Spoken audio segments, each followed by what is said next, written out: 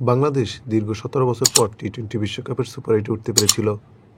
Group পর্বের 4 ম্যাচের 3টিতেই জয় পায় টাইগাররা। তবে সুপার 8-এর 3 ম্যাচের একটিতেও জয় পায়নি বাংলাদেশ। শেষ ম্যাচে 12.1 ওভারে আফগানিস্তানকে হারাতে পারলেই সেমিফাইনালে চলে যেত বাংলাদেশ। সেই ম্যাচে কোনোরকম ঝুঁকি না নিয়ে জেতার চেষ্টা করে বাংলাদেশ। কোচ চন্ডিকা হাথুরুসিংহে এবং শান্তদের কাছে সেমিফাইনালের চেয়ে যেন ম্যাচটা জয় পাওয়াই বেশি গুরুত্বপূর্ণ ছিল, যা নিয়ে চারদিকে হচ্ছে তুমুল আলোচনা সমালোচনা। তার মধ্যে নাজমুল হোসেন শান্তর অধিনায়কত্ব নিয়েও প্রশ্ন উঠেছে তার ব্যাটিং নিয়েও।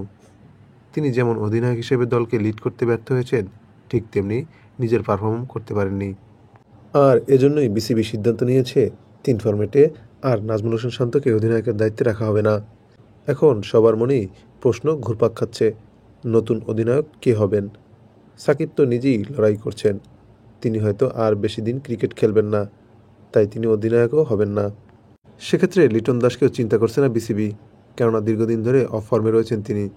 তার একাদশে থাকাটাই যখন প্রশ্নবিদ্ধ, তখন তিনি আর অধিনায়ক হতে পারবেন না। তাই বাকি রয়েছে মেহেদী মিরাজ। যতদূর জানা গেছে তাতে নাজমুল হোসেন শান্তর পর অধিনায়ক হতে চলেছেন মেহেদী হাসান মিরাজ।